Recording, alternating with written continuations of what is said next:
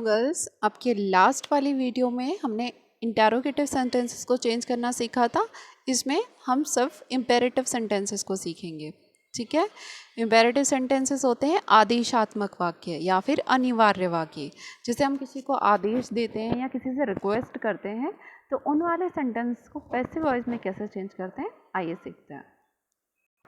पहले हम एग्जाम्पल देख लेते हैं कि इम्पेरेटिव सेंटेंसेस के सेंटेंस कैसे होते हैं, ठीक है। देखो, इसमें कोई भी हम ऑर्डर वाले सेंटेंस जिसमें हम रिक्वेस्ट कर रहे हो, प्रार्थना कर रहे हो, सजेशन या किसी को सुझाव दे रहे हो, किसी को सलाह दे रहे हो, एडवाइस, जैसे ओपन द डोर, दरवाज़ा खोल दो, यह हम किसी को ऑर्डर दे रहे हैं। डू इट, यह करो, ये भी हम एक ऑर्डर दे रहे हैं। वर्क हार्ड फॉर सक्सेस, यानी सफलता के लिए कड़ी मेहनत करो, ये हम आप सजेशन में भी कह सकते हैं, हम इसको एडवाइस भी कह सकते हैं। प्लीज़ हेल्प मी, हम इसमें क्या कर रहे हैं, रिक्वेस्ट कर रहे हैं किसी से कि प्लीज़ हमारी सहायता कर दो। शूट हिम, उसको मार दो या उसको गोली से मार दो। तो ये कौन सा सेंटेंस है, इसमें हम दे रहे हैं ऑर्डर।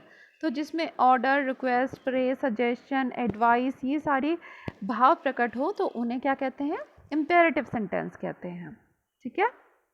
देखो, इसका फॉर्मेट देख लेते हैं पहले हम कि लेट ऑब्जेक्ट, जो भी सेंटेंस होता है, जैसे गिव मी अ पेन, ठीक है, ये वाला जो सेंटेंस है गिव मी अ पेन, अगर हमें इसे पैसिव वॉइस में चेंज करना है तो देखो इसका फॉर्मेट क्या होता है।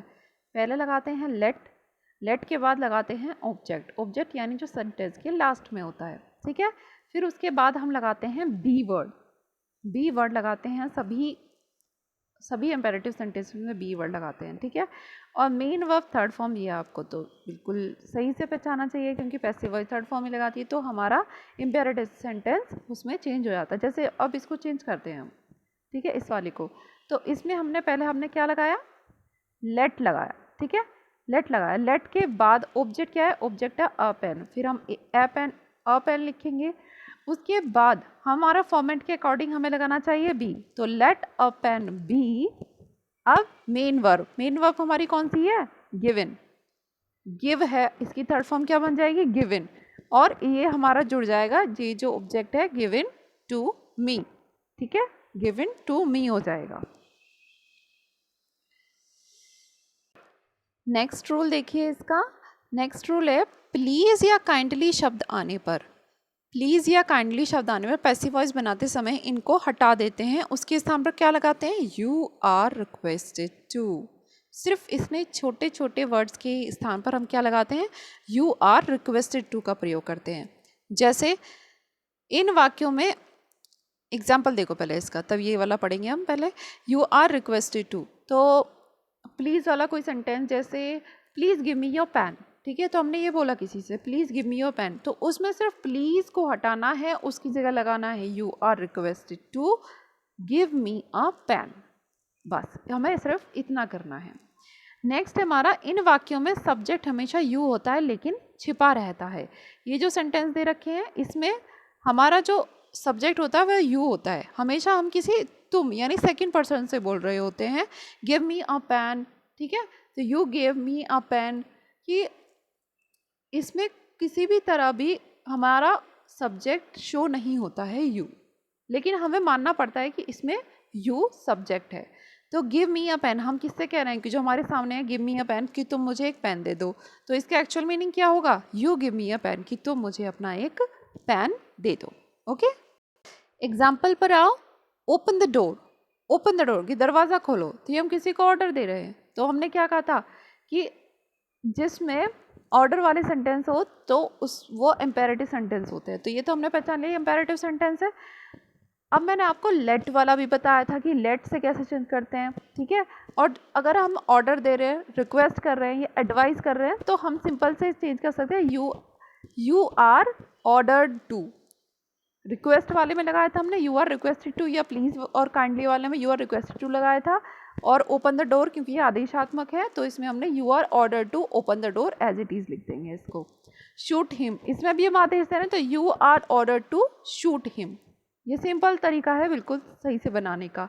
अगर हम इसे लेट वाले सेंटेंस से बनाना हो तो लेट और इसका ऑब्जेक्ट लिया हमने him, let him be, let के साथ हमेशा ऑब्जेक्ट आता है, ये ध्यान रखना, लेट का ही नहीं होगा, लेट के साथ हमेशा ऑब्जेक्ट आता है, तो हिम का हिम ही रहेगा, ठीक है।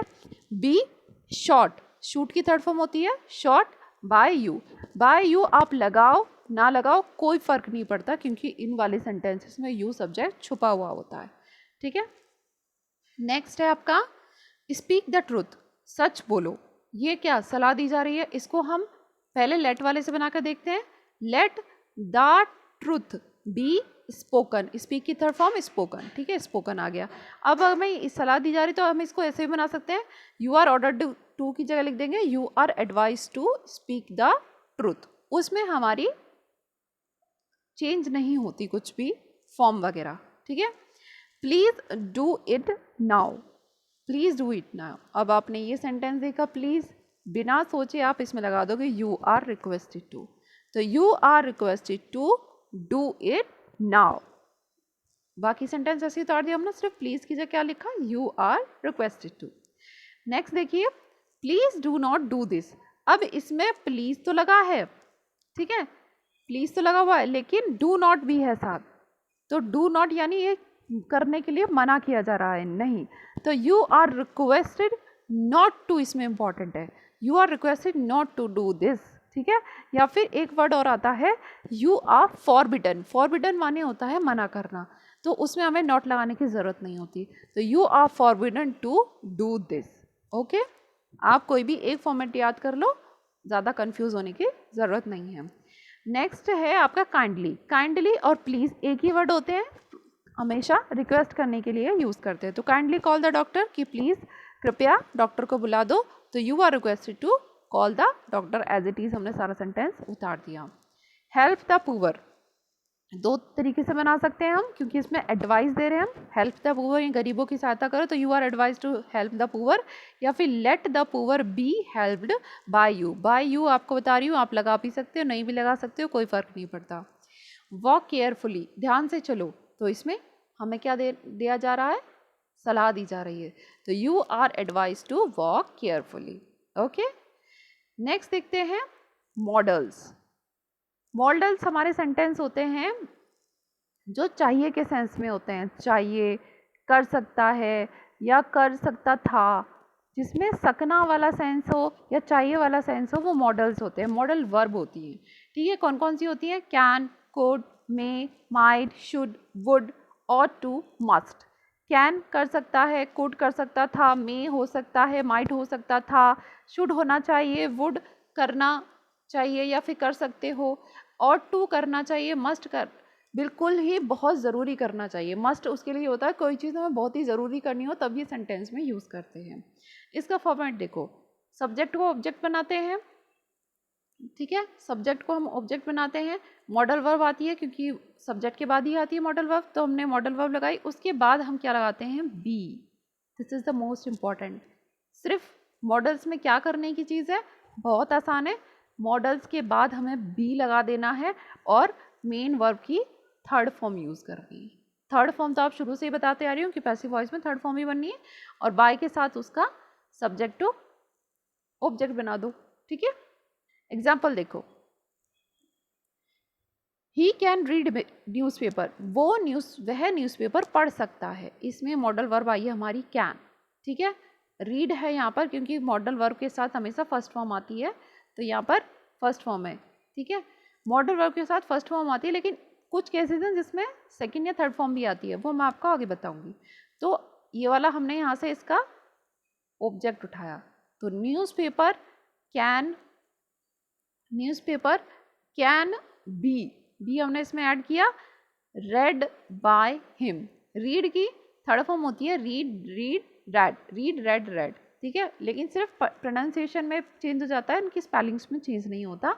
बाय हिम यहाँ पर हमारा ऑब्जेक्ट बन गया, ठीक है। They should help the poor, तो द पुअर को उठाया हमने, द पुअर को सब्जेक्ट बनाया, शुड यहाँ पे मॉडल है, should be helped by them, ठीक है।